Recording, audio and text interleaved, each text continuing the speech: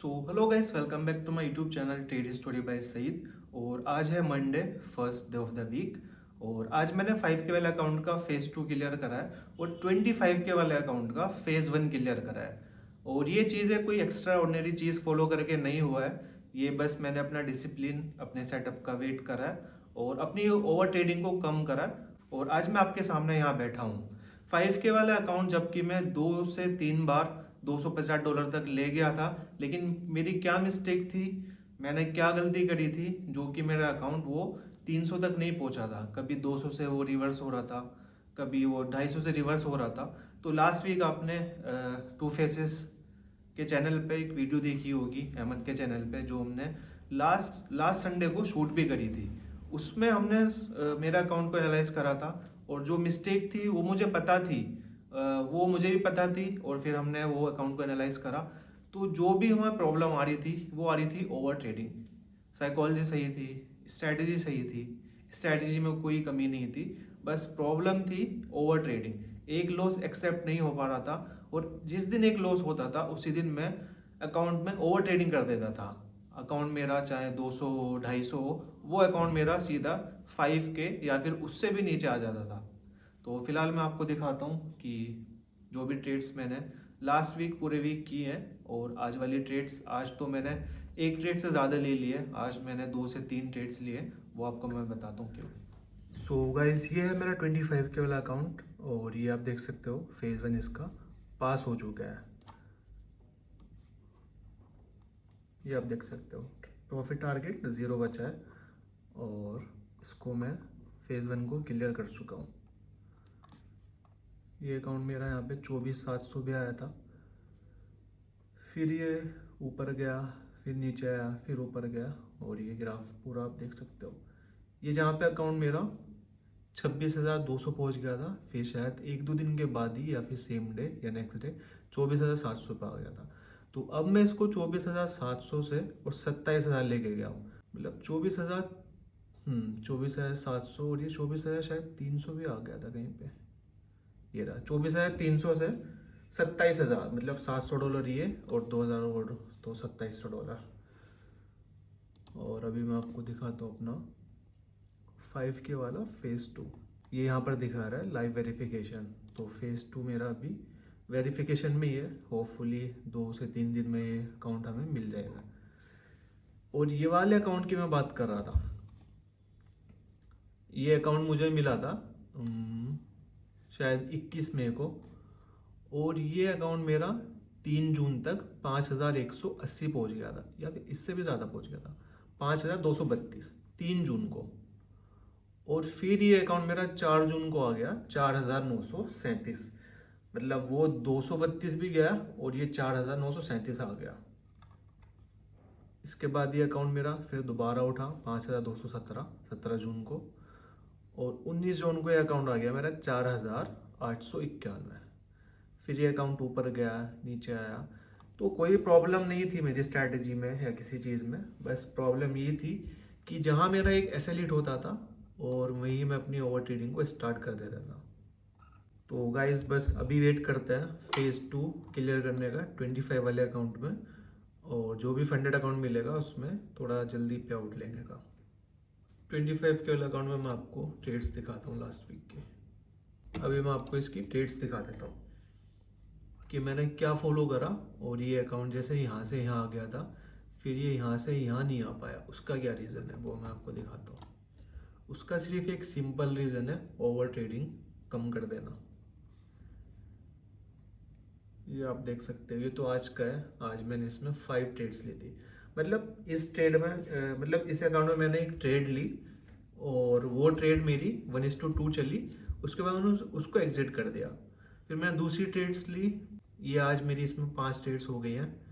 वरना ये आप देख सकते हो 17 तारीख को एक ट्रेड, 16 तारीख को एक ट्रेड, 14 तारीख को एक एक ट्रेड, और 13 तारीख को एक ट्रेड, फिर यहाँ एक ट्रेड, फिर यहाँ 4 ट्रेड्स। मतलब मैंने जो एमएट से चैलेंज लिया था वो लिया था संडे को, तो उसके बाद तो मैंने डेली 1 ट्रेड ही लिया है, एसएल या प्रॉफिट कुछ भी हो।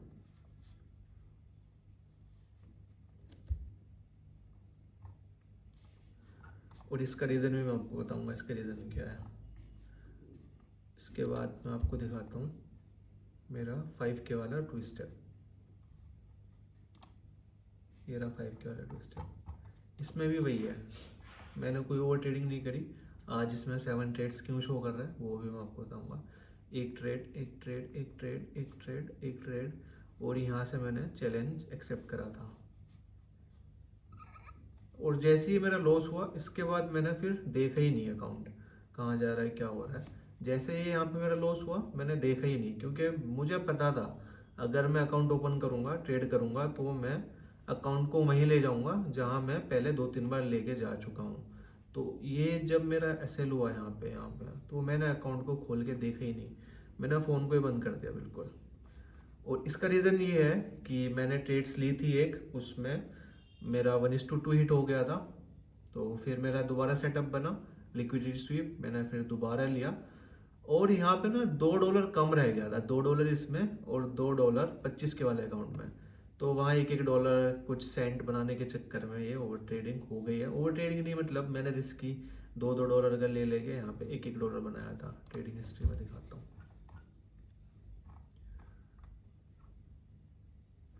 ये यहाँ पहले मेरा $90 आ गया था। किधर है, हाँ ये 5K वाला अकाउंट है। और ये पहले मैंने ट्रेड ली मॉर्निंग में, $27 में आ गया। फिर मैंने दोबारा ट्रेड ली, यहाँ मेरा टारगेट था 44, लेकिन कुछ टारगेट लगाने में या कुछ स्प्रेड्स वगैरह में हो गया होगा, तो यहाँ मेरा आया 42, लेकिन टारगेट था 44।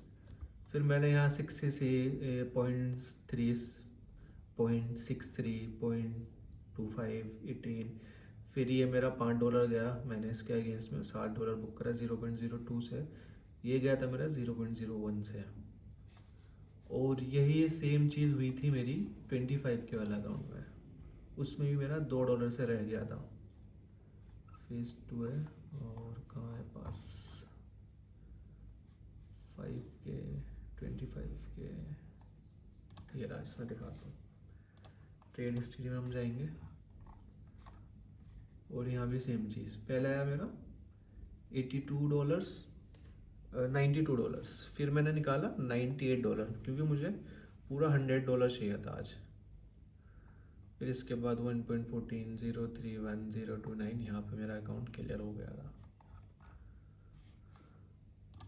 आज वाली मैं आपको ट्रेड्स दिखाता हूँ, मैंने कहाँ ट्रेड ली थी आज।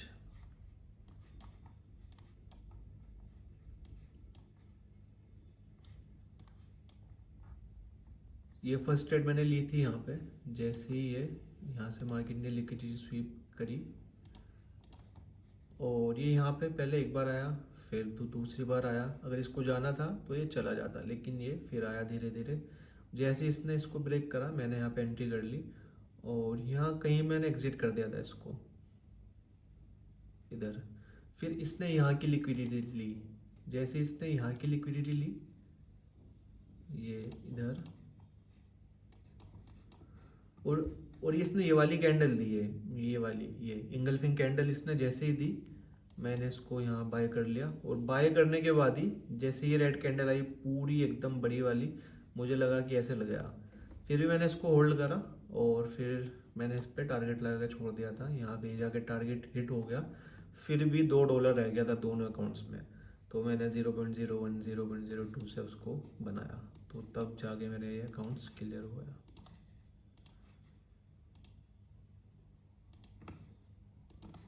अगर स्ट्रेटेजी आप मुझसे पूछो तो मैं लिक्विडिटी स्वीप यूज़ करता हूँ, और मैंने ये वाला ट्रेड भी लिया था, ये भी मैं आपको बता रहा हूँ। ये मैं लिक्विडिटी स्वीप पे क्या देखता हूँ, मैं एक तो लिक्विडिटी स्वीप देखता ही हूँ, और उसके साथ मैं देखता हूँ कि कोई कैंडल सपोर्ट या रेजिस्टेंस को ब्रेक करे, और ये जो कैंडल आई है ना इंगल्फिन कैंडल, मैं इसके ऊपर मैं बाय करता हूँ। कि एक चीज़ तो ये है कि इसने सपोर्ट को ब्रेक कर दिया, दूसरी चीज़ ये जितनी छोटी कैंडल्स हैं इसने इसको इंगल्फ कर लिया, और जैसे इसने इंगल्फ करा, ये कुछ 2-4 कैंडल्स यहाँ बनी, और ये सीधा हमें एक बड़ी कैंडल मिलेगी, अच्छा मूव मिला।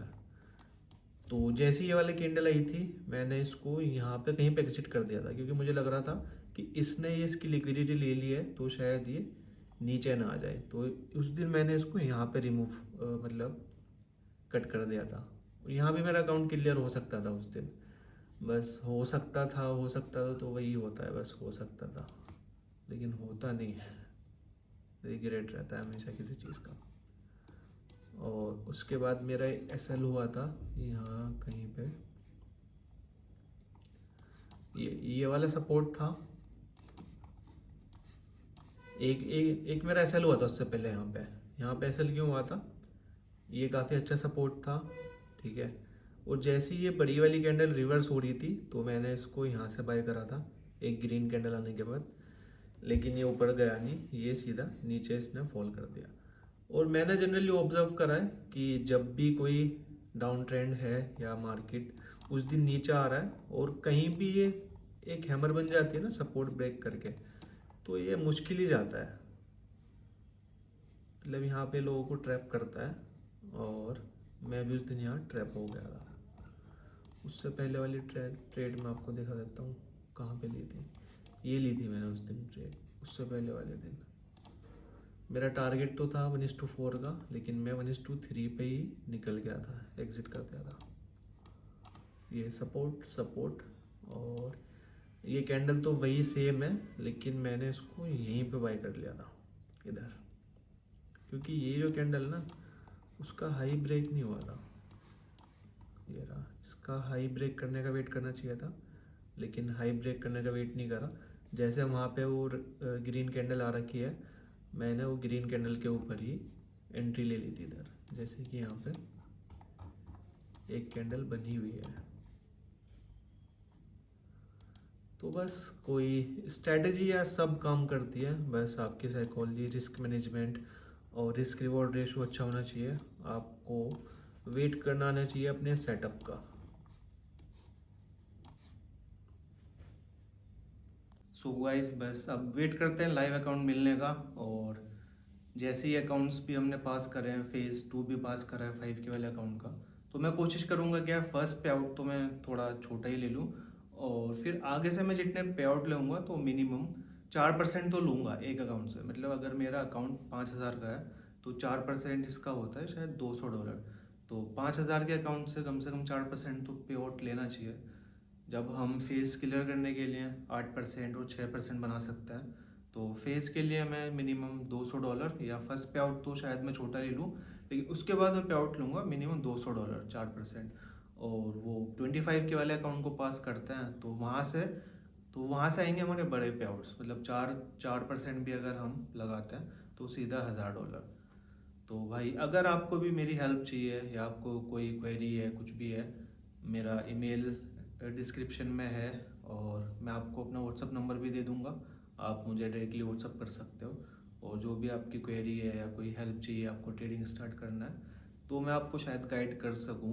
तो भाई तो बस मिलते हैं नेक्स्ट वीडियो में।